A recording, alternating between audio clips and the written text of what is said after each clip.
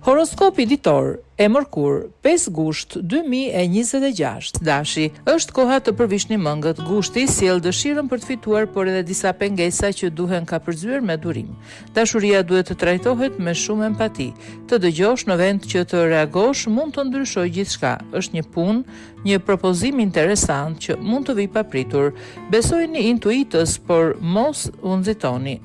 Demi, sipas horoskopit, po kërkoni më shumë stabilitet, por ky muaj do t'ju vërë pak në provë. Disa debate në shtëpi ose në punë mund t'ju bëjnë të humni të ruan. Qetësoni, pragmatizmi juaj do t'ju ndihmoj. Dashuria po rikuperohet pas një periudhe të ngadalt, veçanërisht për ata që kanë patur dyshime.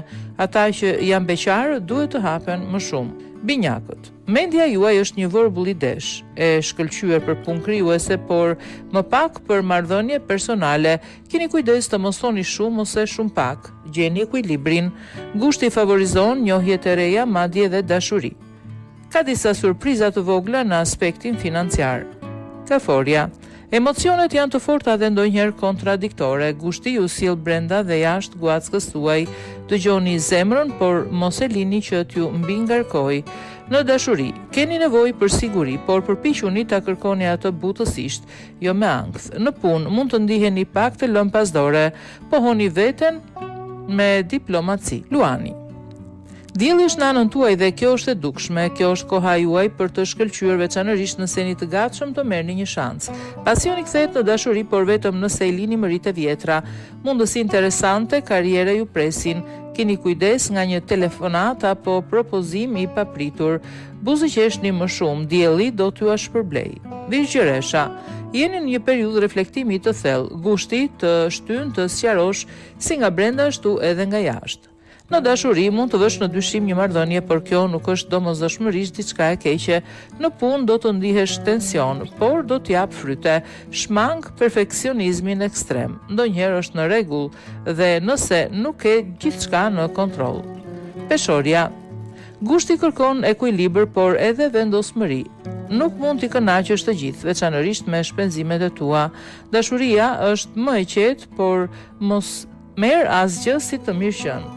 Një kthim nga e kaluara mund të bëjë të ndalesh. Në punë është koha për të bërë një zgjedhje. Diplomacia është e dobishme, por nevojitet edhe një maj guxim. Akrepi. Emocionet janë sërish në qendër të vëmendjes, ndonjëherë edhe në mënyrë shpërthyese. Gushti do t'ju bëjë të pasionuar, por keni kujdes, mos i lëndoni ata që janë afër jush vetëm nga krenaria. Në dashuri çdo gjë mund të ndodhë, madje edhe dashuria me shikim të parë. Profesionalisht do të rifitoni forcën dhe motivimin. Dikush më në fund do të njohë vlerën tuaj. Shigjetari. Keni nevojë për qetësi dhe perspektiva të reja. Gushti ju ofron udhëtime, takime dhe mundësi për të buzëqeshur sërish. Dashuria është e gjallë, veçanërisht për ata që janë beqar ose që kanë përfunduar së fundmi një lidhje. Në punë është më mirë të përqendroheni në projekte origjinale. Energjia është e mirë, por keni kujdes të mos e shpenzoni atë në shumë gjëra. Bricjapi, ritmi është i ngadalt por konstruktiv.